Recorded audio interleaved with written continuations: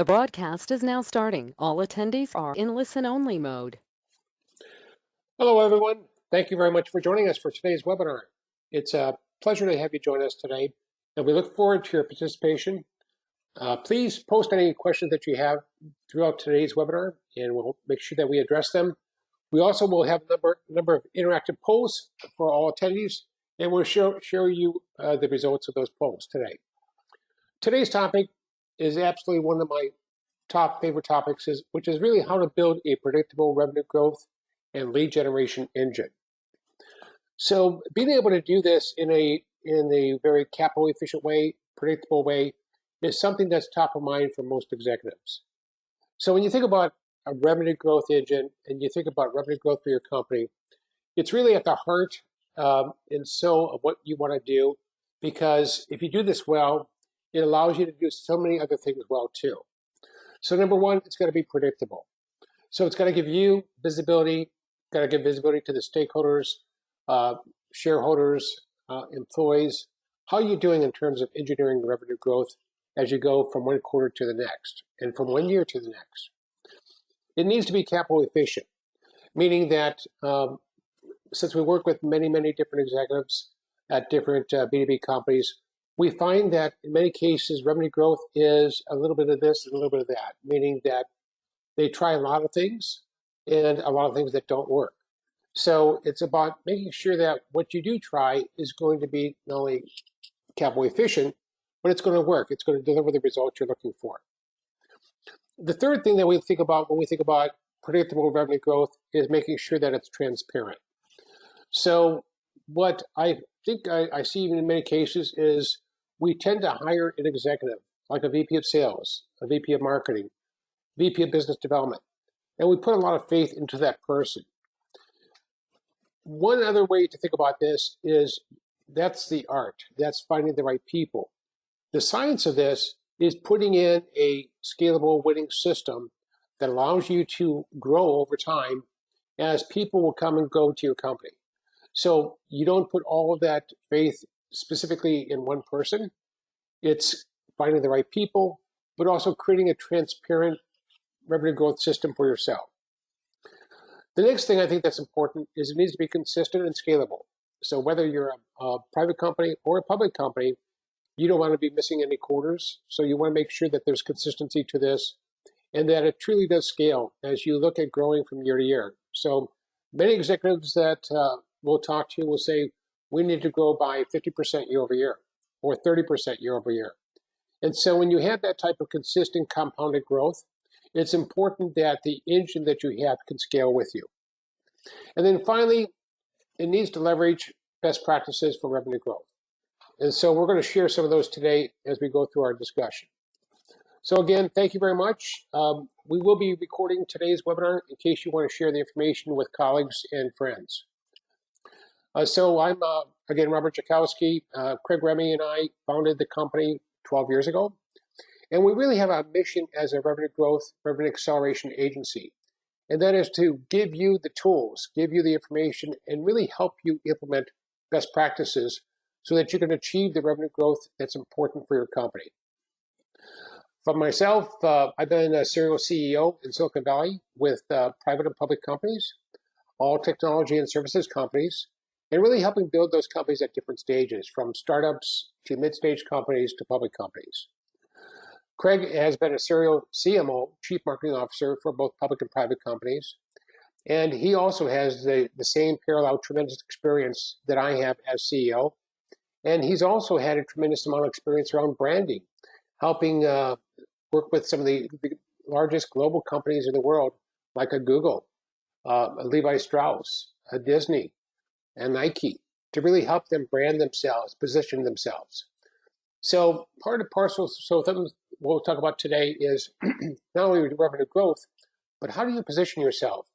How do you scale that vision that you have, and how do you make it real for your clients? So again, thank you everyone for joining us. We look forward to your questions as we go through today. Now, you're probably thinking at this point, you didn't come here for a cooking class, but I was thinking about what would be a good analogy for our discussion today. And I have to admit, I'm a foodie. I love food. This is one thing I really love, beef Wellington.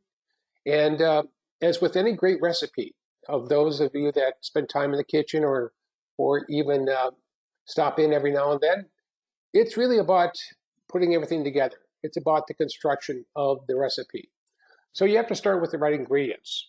You can't leave anything out, because if you leave something out, then obviously it doesn't turn out the way that you're expecting. The next step in this process is to get the right preparation. So if you're getting the beef Wellington, if you're getting the puff pastry, if you're getting the prosciutto, if you're getting the mushroom mixture that you're going to use, all those things need to be well thought out, well chosen, well picked, and being able to put those ingredients together in the right sequence. The next thing, of course, is cooking. It's got to be cooked just right. So you don't want a temperature that's too hot and too cold. You don't want to keep it in the oven too long or too short. And then finally, it comes down to executing the recipe. So we put it in at 450 degrees, and we keep it in there from 18 to 20 minutes, and it comes out looking like this, which is just fantastic. The reason I use this analogy is because all of us are trying to create the perfect revenue growth engine, revenue acceleration engine for our companies. And it's important to get it right. And the reason why it's important to get it right, just as with this recipe for beef Wellington, is that revenue acceleration, revenue creation is a connected process. So if you do something right in marketing, but you do it wrong in sales, or if you don't follow up with the sale, with the execution as far as the delivery, all these things basically can stop you from achieving your best in this area. So the most important things that we want you to take away from today is these 6 areas that we're going to cover with you in detail. So Craig and I will walk you through each of these areas. The first one is engineering your revenue growth, getting intentional about where you want it from. In many cases, I work with, as you know, a lot of different B2B companies every year. And when we sit down with the management team, with the CEO or the business owner, you'll say, well, we want to grow revenue by 30% year over year. That's good. We all do that at the end of the year, thinking about next year. And here we are again doing this in April. But when you think about this, the question really gets down to is, where does this growth need to come from? Which industries, which sectors, which type of clients, which type of industries abroad as well as domestic? Is that going to be here in EMEA, or is it going to be in the Americas? And then which solutions? If you have a number of different solutions, how do we think about that? So being intentional means creating the outcomes that you want. And we're going to walk you through that model. The second area we're going to talk about is getting deep insight about your buyer. The third is making sure you have the right offers, content, engagement with your buyer. The fourth is probably the sleeper in this discussion today, which is having a strategy to reach 100% of your target audience. Finally, we're going to talk about that performance engine underneath all of this so that you can capture ROI and conversions. And then number 6 is really giving you visibility to the future and making sure that you're hitting your metrics as you think through this process. So that's our plan for today. So we welcome your participation. And to get things kicked off, let's talk a little bit about where do you think, coming into today's webinar, where's the area of greatest improvement available for your company or for yourself? And let me go ahead and I'll launch this poll. And let's look at some of the choices here. Perhaps you're coming to today's webinar and saying, you know, marketing is our greatest area for improvement when we think about revenue growth, because it's about engaging with our target audience. Or you may say marketing is also a very important area you need to focus on, and we want to basically figure out how to better convert interest into sales leads. A third is in the area of sales. We look at getting the sales performance where it needs to be. So you may have the traditional ABCs, where the A's are not hitting a home run, and the B's are doing okay, and the C's are not performing. The fourth area is converting opportunities into customers. And then finally, when we think about working with our ecosystem of partners out there, how do you get the right partners to drive revenue for your company? So go ahead if you could, and we'll get the poll open here for a few more seconds, and let us know your thoughts, because we'll share the results with everybody on today's webinar.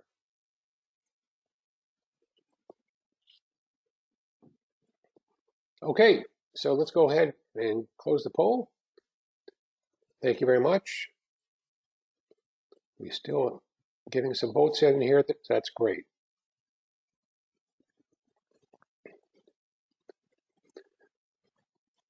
Okay, so the number one area is marketing, engaging with your target audience.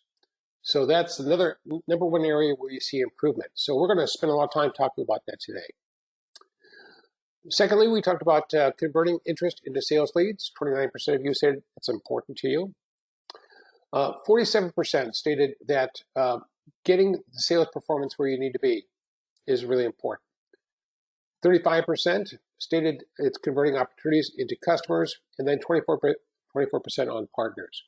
And by the way, I believe this was a select all that applied. So we appreciate that. So the number one is really engaging with your target audience, really getting them engaged, getting them connected with you, and moving the ball forward. Number two is getting sales performance that you need to achieve your sales and revenue goals. So thank you very much for that. Let's try another one.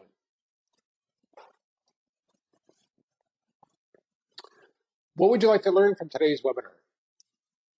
And we will tailor this accordingly to what's important to you. Okay, let me launch this and get your response on this one. So perhaps what you'd like to do is gain better visibility over your revenue creation process, holistically speaking, from start to finish. You may also want to understand what your buyer wants. What is it that's important to your buyer?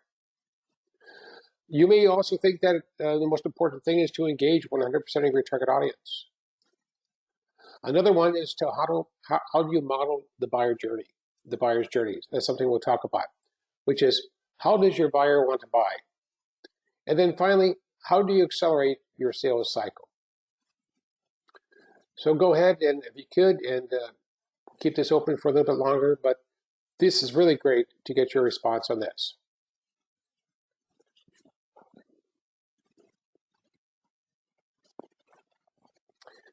Okay, keep it open here.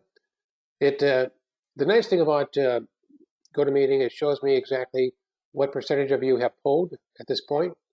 So it's really quite good in terms of giving me that visibility. It's a great tool for webinars. Okay, so let me go ahead and I'll close the poll at this point and show the results. Okay, so this is select one. So 12% of you stated that getting better visibility over the revenue creation process, the end-to-end process, is most important. Another 12% stated it's understanding what your buyer wants. The top one is engaging, or how to engage 100% of your target audience, which is phenomenal, by the way, to hear that from all of you today. 18% stated it's modeling the buyer's journey, and then another 18% stated it's how to accelerate your sales cycle. So thank you very much for that. These are really great to get your feedback on. And I love that everybody on today's call, the number one area was how to engage 100% of your target audience. So as you think about that, why is that important? Well, when you think about your target audience, and let's say your target audience is, as an example, let's say there's 10,000 companies in your target audience. The challenge you have today is you don't know which 5 or 10% of that 10,000 companies are ready to buy your type of service or solution today. So if you don't reach your target audience in terms of having a coverage strategy, then they're not in a position where they can even raise their hand and opt to buy from you. So that's going to be a really important discussion we have today. Okay. What we'd like to share with you next is what we call the revenue acceleration map. What the map is something that we've perfected over the past 15 years. And it really is about how do you create your revenue growth engine? How do you create this engine for revenue growth, for revenue acceleration? And by the way, we talk about both areas. Some people think about revenue growth year over year, but many executives I work with also are thinking about accelerating this. So they may be growing at 20% year over year, but they'd rather grow at 40% if they could. So how do you do that? So here's our map. This is the map, and this is something we perfected over hundreds of B2B companies. And you can see that there are 7 areas. And we're going to focus in on a couple areas today. Revenue engineering is, this first funnel is your marketing funnel. The second one is your lead conversion funnel. And the third funnel is your sales funnel. So these are all funnels that need to be at a certain volume and a certain velocity. But when you're thinking about engineering an outcome over on the right-hand side, you'll notice that these are things that you have to do to get there. So in the purple is strategic areas, such as having market intelligence, having buyer use cases, having buyer intelligence, really understanding your buyers. In the red is your marketing best practices. So how do you create this engine where you're engaging your audience and they're engaging with you? And then how do you do this, not just lead qualification in number 4, but lead conversion? How do you convert somebody going through this process, through the buyer's journey with you? Number 5 and 6 is all about sales. It's all about sales performance. It's about sales excellence. It's about making sure that your entire sales team is equipped for success. And so we talk about that quite often. And then number 7 is revenue growth vectors, which is how do you scale and grow your revenue in other areas? So that may be through partners. So when Craig and I were at Intact, a software as a service company, and I was the CEO and he was the chief marketing officer, 50% of our revenue came direct through our sales organization. And what a great sales organization we had. 50% also came through our channel partners. So we had 300 different channel partners that were taking our solutions to market. They were market makers, they were CPA firms, they were SIs, systems integrators, and many other companies. But they were doing a tremendous job too. So being able to operate on all cylinders becomes really kind of important as you're thinking about scaling these revenue growth vectors. Also over here, we talk a little bit about penetrating new markets. So for instance, you may be in one industry today.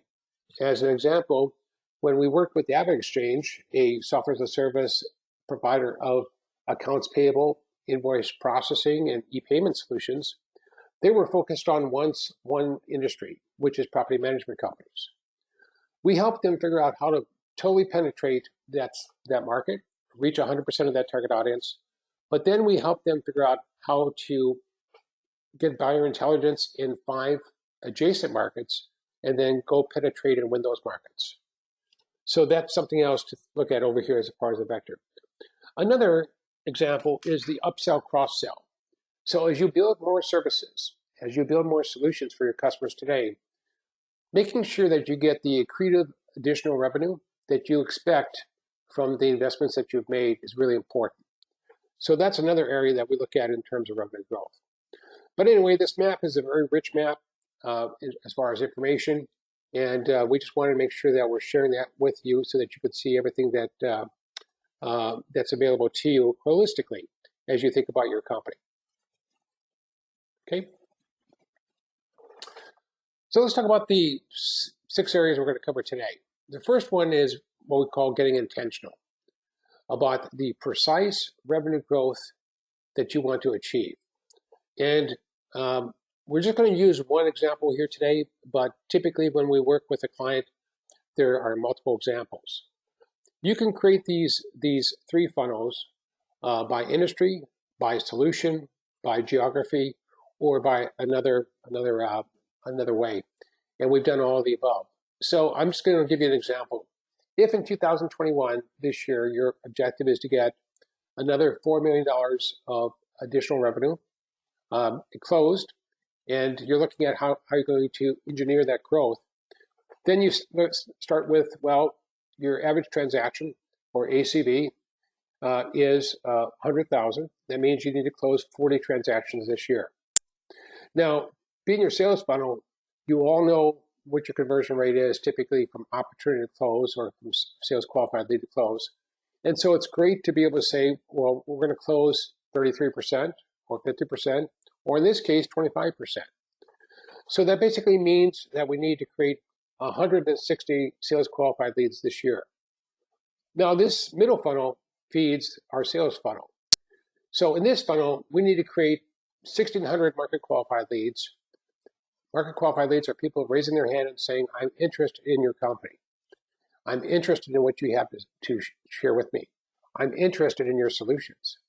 So what you're really looking for is typically a conversion rate here of 10%. So for most B2B companies, it's 10%. So from somebody that's interested to somebody that's sales ready to go through the sales process with you is typically 10%. Now, one of the things that we talk about, and we talk about a lot of things at On-Demand Advisors that may be a little bit different than you've heard in the past. Rather than just talk about lead qualification, we talk about lead development. So if 90% of the people in your target audience that are interested in your company aren't ready to buy from you, isn't our job to actually help them become sales ready, become a customer? And that's what we call lead development. So we're going to talk about that. How do you actually develop your prospects, your buyers, so that they can be in a position to become a customer? And then finally over here is your marketing funnel, which is what's the things that you have to do today to make this happen? Now, the reason I said this is intentional is because we know if we take these numbers and divide them by 12, we need to create 133 market qualified leads per month. We need to convert those into 13 sales qualified leads per month. And we need to close on average 3.4 of these opportunities per month to achieve our $4 million number. So when we typically do this, this revenue engineering with a company, we're typically going to do it based upon how they sell today. Sometimes it's going to be by product line. Sometimes it may be by business unit. Sometimes it may be by industry and so forth. But this is getting intentional. And this is one of the first keys that we look at as far as engineering revenue excellence for your company is doing that. The second thing that we want to talk about today is gaining deep insight and intelligence about your buyer.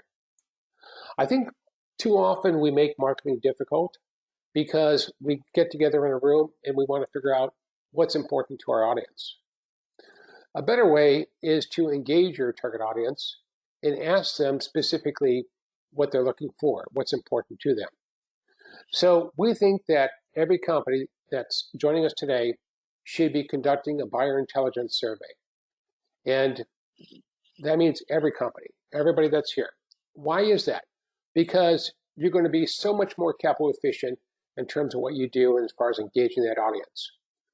So if you had 50 decision makers in your target audience sitting in a room today in front of you, wouldn't you want to ask them about the business challenges and pains that you solve and how important they are to them? Wouldn't you want to know what decision drivers would help drive the decision for your service today? And wouldn't you want them to rank or rate your value propositions on a scale of 1 to 10 of the top 20 value propositions, for instance, that you offer? These are some of the things that are really important that get asked in this buyer intelligence survey. And so, for instance, on the influencer side, if somebody was looking for your service or for your solution today, what would they do to find that today? How would they go about investigating that? Would they go to some websites? Would they go to a conference? Would they seek out thought leaders? Would they come to a webinar like this? So knowing that information gives you a lot of relevant key data points. And since I'm an economics major for a long way ago, I think that when you do this type of work, it needs to be statistically relevant for your target audience. That means we need to have 50 to 100 decision makers involved in this process so that the results that you get are truly indicative of the broader audience that you're engaging with. So we created this buyer intelligence program for True Insight 15 years ago, and we've been perfecting it every year since. But just to give you some insight into this, typically you're segmenting your audience by decision makers, you're engaging at least 50 or more, and you're identifying the problems, the pains, the challenges, and the value propositions that you want them to respond to. Because in the end, what you want to do is you want to be efficient with your buyer. And that means spending time on what's important to them. And by the way, one key takeaway here is there are two types of buyer intelligence. There's buyer intelligence for customers, and there's buyer intelligence for your prospects. This is primarily focused on prospects. And the reason is because prospects we really need to understand what's going to cause them to want to engage and buy with you or subscribe with you. If you're a customer, you already are involved, you've already connected, but your needs change. Now as a customer, you're looking for improvement, you're looking for enhancements, you're looking for new services. So when we do these surveys in these 5 major areas, it allows us then to create what we call the core messaging document, which is all of the distillation of what we learned, and then put that into the digestible offers that are important for your audience. So that audience would be saying, I'd like to have a thought leadership ebook. You've got a great service. I'd like to hear what the founder of the company has to say about what you do today to help increase ROI or performance. I'd like to see an infographic. And Craig, by the way, he's the master of creating phenomenal infographics that shows us, for the mind of the future, what does that look like in terms of what is the mind of the future? What's the healthcare organization of the future?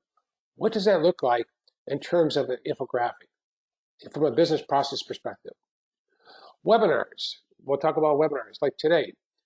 Getting a lot of folks to come to the webinars and really giving that sharing of information to them and success stories. Everybody wants to hear about their peers and how they've been successful, what they've been able to achieve with your service.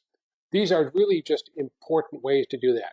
So in the buyer intelligence program, it starts off with the buyer intelligence survey, distilling that into your core messaging document, and then what we call a buyer engagement roadmap. So when you think about this great content, what we found, it's transformational.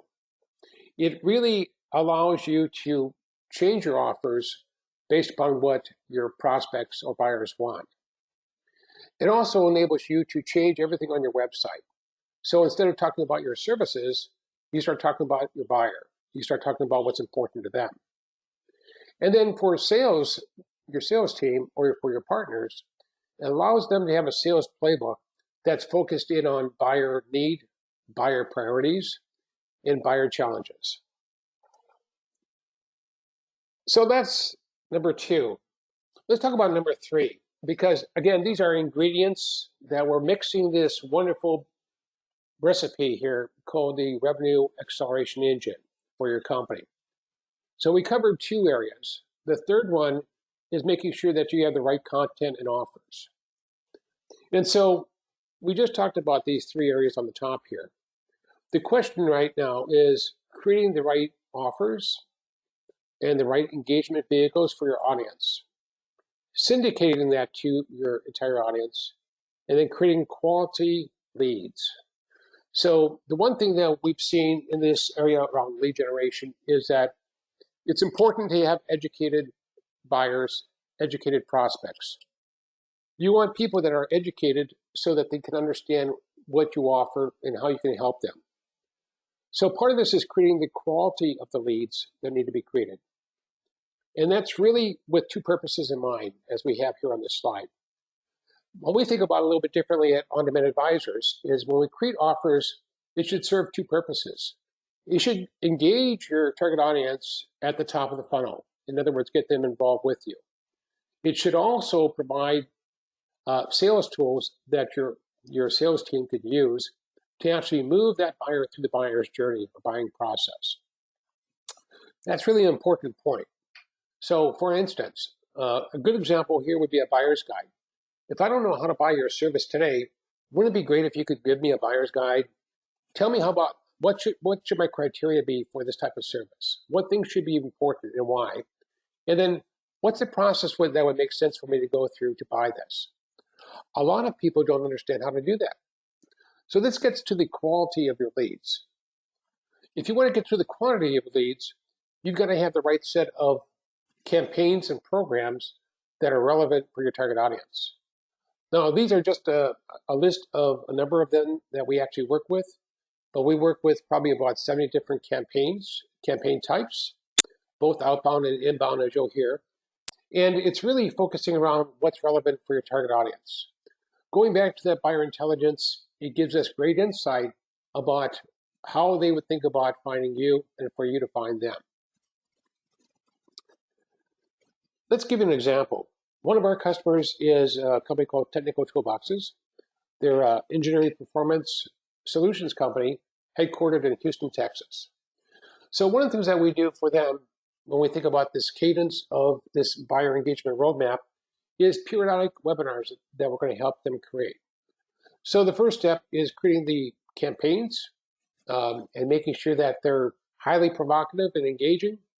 The second is creating the landing pages and content there, and then getting those out to the target audience. So in this last one that we just did with them, we created 550 webinar registrations or market qualified leads. So that's a really big number of people that came. The next thing we talked about is how are we going to create the scripts and the lead follow-up process that needs to happen.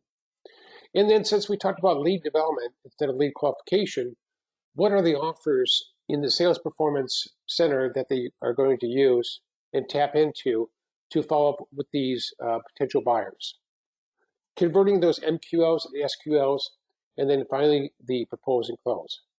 So having this connected process and doing it extraordinarily well is something that's important that we all want to do. The fourth ingredient in your revenue acceleration engine is reaching and engaging 100% of your target audience. And we think that this is probably the most underestimated area that we look at. As we've done revenue acceleration workshops all over North America with executives in various cities, we always asked a question and said, what percentage of your target audience are you reaching today? And it's typically around 5 to 10%. That means 90% don't perhaps understand you exist, may not know your value proposition, and definitely don't know how to engage with you. So we have a team that works for us. Craig and I have various teams in various practices: marketing, sales, business development, and strategy. And under the marketing area, we have a team that does database vetting to really figure out what's the right database for a target audience or for one of our clients. Sometimes we can find those publicly available. Sometimes we can't. Sometimes we actually have to build them. But one of the ones that we do like to use is ZoomInfo. It tends to be a bit expensive, but the reason I wanted to bring it up to you today is because you need a strategy to get to 100% of your target audience. If not today, over time. And so if, let's say, your target audience represents 50,000 contacts today, the objective with ZoomInfo would be, let's say we want to get 5,000 contacts each month over the next 12 months. That allows us to reach that 50,000 contacts and do that over the next year. The other thing about ZoomInfo that we find very interesting, since we partner with them, is that it's two companies that have come together. One company that is focused on building over 40 million contacts and keeping those current on a regular basis. That's the key.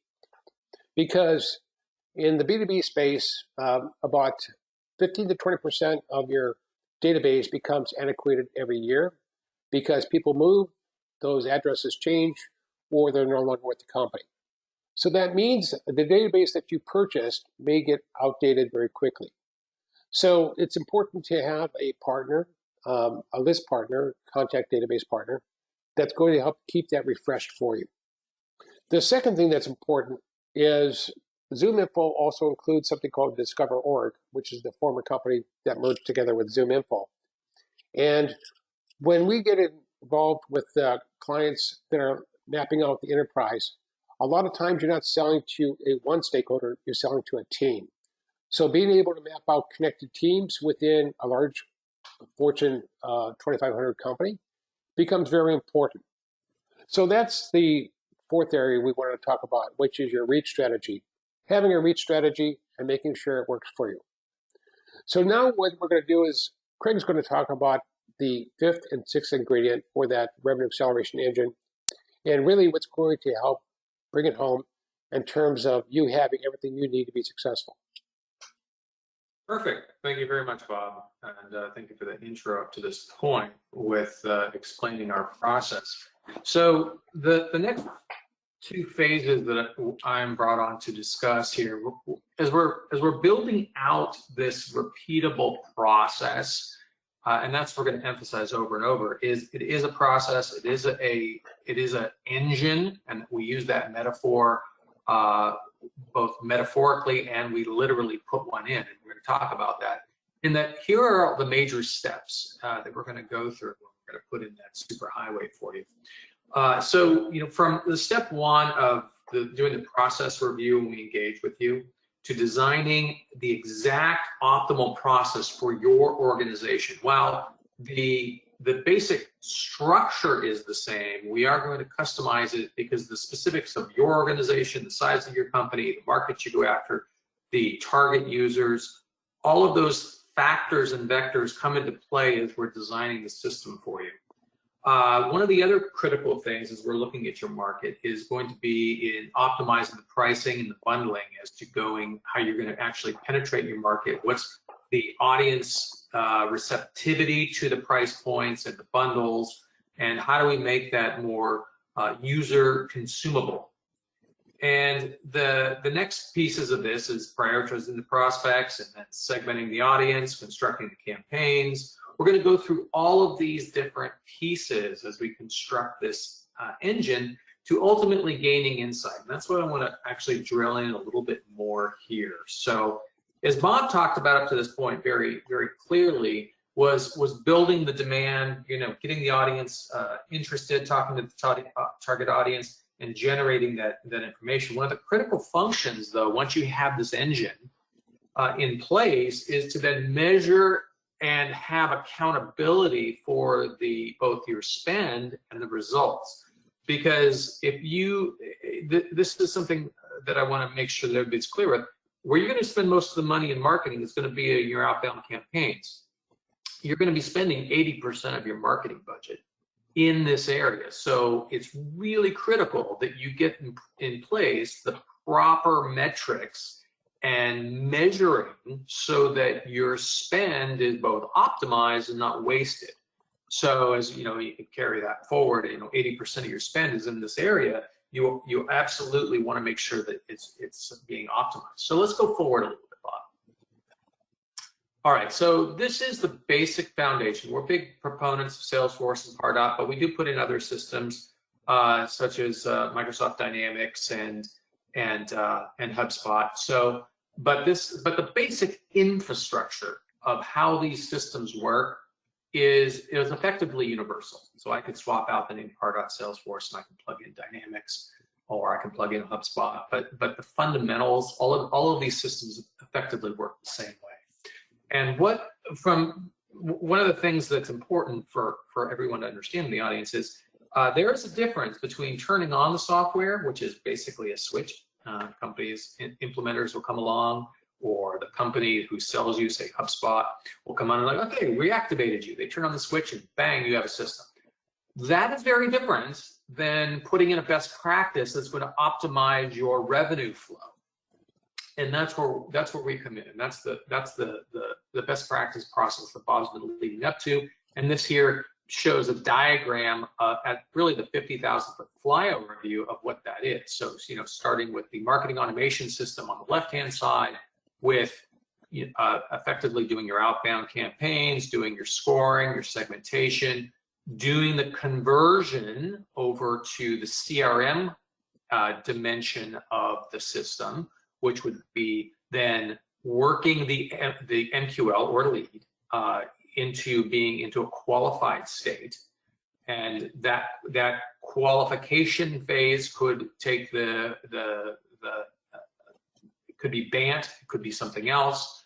But once it is qualified into an opportunity, then the sales team then works that qualified opportunity through its steps. Again, these are just the example number of steps. I'm showing 7 here on the right-hand side. It could be 4 steps. They're specific to your company. We will work with you to help you streamline that, to advise you what the best process is for your type of company, what you're selling, the audience you're selling to. There are specifics. There are nuances across many different companies. Understanding the audience is going to be critical to establishing what that is, and then ultimately tying back that system, tying back over to the marketing automation system where it says back to nurture when something's not ready. So effectively creating that fundamental engine that processes the contacts from the beginning all the way through the end, and if they're not ready, we pull them all the way back to the beginning. So Bob, let's go forward a little bit now that we understand, what you talked about and what I talked about from the engine standpoint. Now let's talk about the accountability, which I mentioned. Now, if we're talking about, let's just say 80% of your budget is ultimately spent in the programmatic area of marketing, in creating content, in pushing it out through campaigns. It is a very expensive proposition. So how do you ensure that you are optimizing your spend and also optimizing the throughput from the contact to sale? So while there are hundreds, and I mean hundreds of metrics that I literally can drag out and show you and say, well, you should measure all of these. Well, maybe, and maybe that's true, but there are literally a handful, and I'm listing the most critical ones that I would see as a chief marketing officer. If somebody brings in information to me, I want to say, all right, that's great. I want to see all these. You give me this information here, and I will be able to, within a degree of certainty, get us 90% of the way on optimizing the spend. Now, the other 10% would absolutely, there's many other metrics that are going to come into play, but these are critical metrics. Here are the vectors that are most important to me. As we look at these and we break them apart into the 3 funnels, as Bob was explaining earlier, there's going to be a marketing component that we're going to be looking at the leads by industry. Are you only focused on one industry? Maybe you are, and maybe there's sub-segments of that industry. And how are we optimizing our penetration there? How are we looking at our leads by source? What is the most productive? How do we modify the leads as they're coming from different sources? And can we? Is it leads by product/service? Where are we getting our revenue from? And is that in line with the plan that we put in place? Okay, remember, all these metrics are not here for the sake of just existing. They are tying into the plan, and they're going to help with our forward projections as well. And as you can see, some of the other ones I've listed down here under marketing. So let's look at some of the opportunities under the opportunity dashboard. So there are many dimensions that are going to be critical. So let's say you have a team of 5 sales reps. Some companies have 1, some companies have 50, some companies have 300. I mean, it depends on the size of your organization, but the fundamentals don't change. So how are the sales reps performing across both region? How are they performing with the same types of leads? How are you able to gauge your own internal resource allocation and capacity as it applies to the funnels? How are those opportunities then working themselves out by the industry or by the lead source? Are you getting more opportunities by one lead source converted versus the same opportunity basis versus the same leads by the lead source? And if so, what's the problem? What's the story it's telling us? So you can begin to understand that as we look at each one of these vectors here, it begins to tell us ultimately the health of each one of those funnels, which is going to be critical for us to do our projections and for adjusting on what the current state is on a quarter-to-quarter basis. So let's go forward a little bit and let's take a look at some of these as examples. All right, so here's a marketing dashboard that we would typically set up, and you can begin to see then and appreciate what I was discussing with respect to those vectors.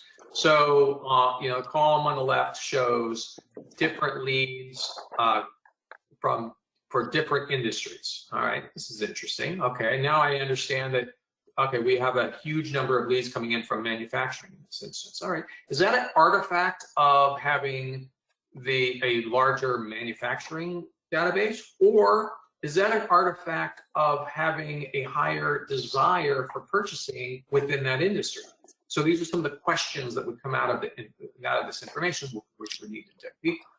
As we look at the other things such as the lead source or the progress on the lead volume, on how it's going, are we behind plan? Are we ahead of plan? How is it playing out? What does it tell us that we need to do? So we have to rely on these dashboards if we put them in place, tell us what to do. So let's go forward a little bit and look at an opportunity dashboard. All right, so now the lead has been converted into an opportunity. So now the sales VP or sales leader is looking at some specific metrics. And they're beginning to say, all right, so I've got opportunities that are being created. Where are they coming from? What industries? What lead sources are these opportunities coming from? Where are they stuck? If we look at the lower right chart, as we look at the sales stage, are the opportunities getting stuck at a particular sales stage? And why is that? What story is it telling us that it begs an answer for? So once we put in place we can get to 90% of your answers through a handful of these metrics, and it's really critical that you get your key metrics in place. So Bob, let's go forward one more slide. Perfect. And so here is a sales dashboard. So now what is the existing sales? Once it's closed from that opportunity standpoint, what's the ultimate story we're being told? Okay, so are we on target from our projected revenue for the quarter? All right, maybe we are, maybe we aren't. How are we behind? Where are the sales coming from? What industry? What subsector? Where are the leads that are producing the highest revenue? And you can even compare that on an industry basis. So there's many vectors that are going to come out of this that are going to inform us moving forward and allow us to do an anchor and address strategy. So this is not a set it and then 12 months later go back and look. You should be continually looking at your dashboards and continually making educated decisions on how to move these forward. So on that note, Bob, I'm going to hand this back to you, and you can take it to ask some additional questions. Thanks, Craig. Brilliant. So Craig really did a good job summarizing the insight metrics and the data-driven ability to run the company, run the revenue growth that you're looking for with your engine. So what we've done today in today's webinar is really walk you through at a high level 6 major areas to help you create your revenue acceleration engine. And the reason I think Craig and I are so passionate about this is because we've met thousands of business executives as we work with them and in our careers, and we just realized that everybody needs a playbook for revenue growth. Many brilliant people that we meet know how to create new services, new software, new solutions, new products. But what they're really looking for is that revenue acceleration engine, that revenue acceleration playbook that's going to give them the success that they're looking for, not only where they are today, but throughout their whole career. So that is really why we're so passionate about what we do. What we'd like to do now is just to take one more pulse of everybody that's on our webinar today and ask you if you'd be kind enough to participate in this poll, because we're really always interested in your feedback. We're interested in what's important to you. So as you think about today's webinar and what we did as far as covering these 6 major areas to build your revenue acceleration engine, what was the most important takeaway from your perspective? Was it that you were looking to really say, hey, how do we gain transparency over this entire revenue creation process? Was it that you were really looking at understanding how to make your marketing more effective, more ROI driven? Was it that you were thinking about how to understand what makes our sales group or your sales organization more effective? Were you looking to eliminate a lot of the costly guesswork that happens in marketing in the trial and error process? Or were you looking at really getting help to prioritize what to do next in terms of building your revenue growth, revenue acceleration engine? So go ahead and, if you would be kind enough to give us your input here. And we always appreciate that. And we'd love to always understand what's important to our audience as we evolve these best practices webinars that we do every month, really focused around your growth, your success, and ultimately making this tangible for your company. Okay, so thank you everybody for participating. I'll keep this poll open for just another couple of seconds here. So please go ahead and participate, and let me go ahead and close this and share this information. So 55% of you stated that your major takeaway from today's webinar is really getting that transparency over this end-to-end revenue creation process. So that's fantastic. Another 27% stated that this major takeaway would be to help you prioritize what to do next. And then tied at 9% is really understanding how to make either sales or marketing more effective. So again, thank you very much for that. I appreciate it very much. Okay, so let's go on to our next section, which is Q&A. And love to get your questions today from the audience and determine how we can, Craig and I can address those today. So please go ahead and post those questions. And Dan, we did mention earlier, perhaps you joined us a little bit later, but we have recorded this webinar so that you could get access to it too. So this one is from Jennifer, and this question is, does your revenue acceleration strategy work for services companies as well? And the answer is yes. So when you think about many of our customers are specifically just services companies. They're not product companies. They're not solution companies. They're services companies. And so one of those companies that we work with is a company called ICUC, which is one of the largest global social media management services companies. And just like this webinar that we have today, the chief revenue officer came to this and said, hey, my challenge isn't that I'm creating 40 to 50 leads per month right now. I don't need 40 to 50. I need 250 to 300. So can you help me do that? And so the answer was yes. And so that's been a great relationship. Here's another question, and this one is from Rachel. Rachel asked, we currently use HubSpot, but not sure if we've implemented with best practices. What do you recommend? What would you say there, Craig?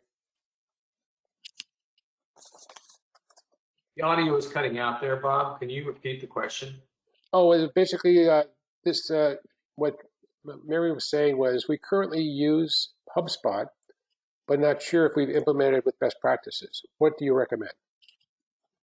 Sure. So what I would say is talk to us, and what we can do is do an audit of your system, and we would ask a series of questions, take a few hours, and very quickly we can assess about how your system's been implemented and where you can make improvements to optimize what you have.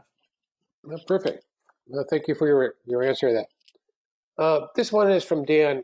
Dan says, we currently have a database of 5,000 contacts and it's 3 years old. Is that sufficient? Sure, I'll answer that question, Bob. So the answer is it depends. So let's break it into two parts. One, the size of the audience, the size of the database is really going to be, I'd say, well, how big is your audience? What is the total addressable market that you're trying to reach? And that will ultimately inform us whether the size of the database is sufficient. Now, the second part of that question is about the age. 3 years is about the limits of a database being valid. I'd say more like 12 months is something that we commonly see that databases get a turnover. And it really, again, it depends very much on the industry. Some industries, people don't move around as much. You could be in the steel industry. Maybe those contacts only move around once every 8 years. It could be another industry where they move around every 6 months. So again, it depends. And part of our inquisition when we discuss things with you, we'd be able to give you advice on that. That's good. Well, the other thing I think that is important is, and that's one reason we talked about Zoom info earlier, is because in some cases you are fortunate enough to have a partner that can replenish the contacts and make sure that they're up to date, because that really is a very laborious job and it's a very important one. Let's look at, if we could, just 2 more questions here that we have. And this one is from Joseph. Joseph says, how much should we spend on marketing campaigns each year? So let me go ahead and give you a response to that, and then Craig, if you could add some additional commentary, that'd be great. It's a great question because we get that every time from different executives to try to determine how much should they be spending on marketing campaigns. And what we find basically is that if you go out to see what's written in the literature, a lot of times you'll see a percentage of revenue. So it may be 5% or 10% of revenue. We actually think that there may be a better way to do that. When we showed you the revenue acceleration map, and when we do revenue engineering, we typically will do reverse engineering. We'll start with what you want to do as far as revenue growth and work our way backwards to figure out what needs to get done to engineer that growth. That gives us a better, more succinct, connected way to think about marketing spend and how you get the sales outcomes that need to come to that and subsequently the revenue. So those are 2 ways to think about that question. Yes, absolutely, Bob. I couldn't agree more. And people always want to say, well, what's the number? And the number is going to depend. And the math ultimately, the engineering that you went through is going to dictate that. That's great. And this is one more question here, and this is from Byron. Byron said, is there a way to recover revenue lost during the pandemic? So the question, I guess, is a good question because a lot of companies, some more than others, went through a very difficult period of time and now are just coming out of that period of time. And so both for themselves as well as for their customers and prospects. And so I would say that now is a great time to really be putting in the engine, if you will, and thinking about how you're going to, in a very demonstrable, very capital efficient, data-driven way, figure out how you're going to put that revenue growth engine and then start scaling. And so I think that now would be a perfect time to do that if you haven't already done that. Okay, one last question. I guess this one just came in. It's from Mark. Mark says, how can we make our sales reps more productive? So there's probably a couple of things I would say to that, Mark. One is, first of all, is if you do exactly what we talked about, which is building the 3 funnels, the key with sales teams, I find, is you want them to work on qualified quality leads, qualified opportunities. And that's really important in terms of making sure that they're working on something that is truly qualified and sales ready. The challenge for most companies is their sales team will always work on something. If they don't have enough sales ready leads, they'll work on those leads that are not sales ready, or they'll do prospecting. And so that's usually not a great use of their time. The second thing that we look at is building your sales playbook. That's something we create for many of our clients is their sales playbook, because as you bring on the next crop of either sales reps, partner sales teams, or even business development or sales development teams, there's got to be a way to onboard them and bring them up to speed very, very quickly. And so having that playbook really helps them get there. And then another area that we've created is the Sales Performance Center. And that's really where you can see all of the different sales tools that you're going to need. And how does that get organized by stage in the sales process, stage in the buyer's journey, or by solution, service, or product. So it's a great way for you to organize the assets along the sales team and make sure that they've got exactly what they need. Okay, so thank you very much for those questions. We really appreciate that. We'd like to close with our webinar today. Let's work together to help you build your revenue acceleration engine for this year and for the next upcoming years. Here's our contact information for Craig and I. You're welcome to contact us by phone or visit our website. And we appreciate, on behalf of Craig, myself, and the entire On Demand Advisors team, we appreciate you joining us today. We appreciate your participation and very much look forward to working with you this year going forward. Thank you, everyone, and have a great day.